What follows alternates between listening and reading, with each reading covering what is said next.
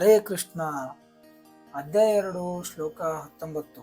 ಈ ಶ್ಲೋಕದಲ್ಲಿ ಯಾರು ಇದನ್ನು ತಿಳಿಯುತ್ತಾನೋ ಕೊಲ್ಲುವವನೆಂದು, ಯಾರು ಕೂಡ ಇದನ್ನು ಭಾವಿಸುತ್ತಾ ಕೊಲ್ಲಲ್ಪಡುವನೆಂದು ಇಬ್ಬರು ಅವರು ತಿಳಿಯರು, ಎಂದಿಗೂ ಇಲ್ಲ. ಅದು ಕೊಲ್ಲುತ್ತದೆ, ಕೊಲ್ಲಲ್ಪಡುವುದಿಲ್ಲ. ಅನುವಾದ ನೋಡೋಣ ಬನ್ನಿ.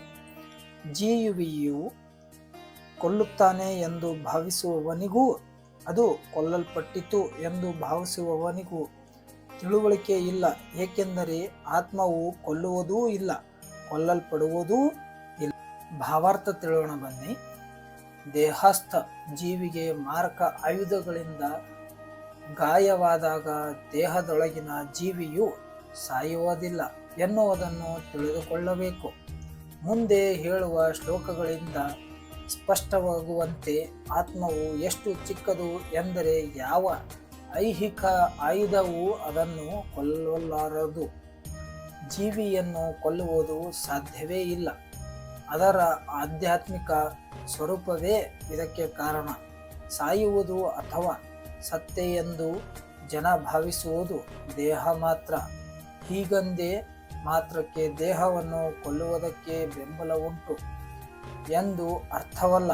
ವೇದದ ಆದೇಶವೆಂದರೆ ಮಹಂ ಹಿಸ್ಯಂತ ಸರ್ವಭೂತಾನಿ, ಯಾರಿಗೂ ಹಿಂಸೆ ಮಾಡಬೇಡಿ.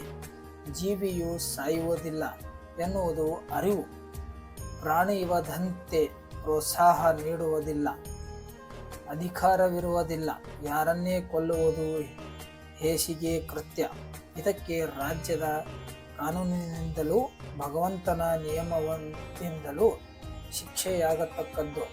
ಆದರೆ ಅರ್ಜುನನಿಗೆ ವಧೆಯಲ್ಲಿ ತೊಡಗಿದು ಎನ್ನುವುದು ಧಾರ್ಮಿಕ ಕರ್ತವ್ಯವೆಂಬ ಮಾತ್ರದಿಂದಲೇ ಹೊರತು ಮನಸ್ವಚ್ಛೆಯಿಂದಲ್ಲ.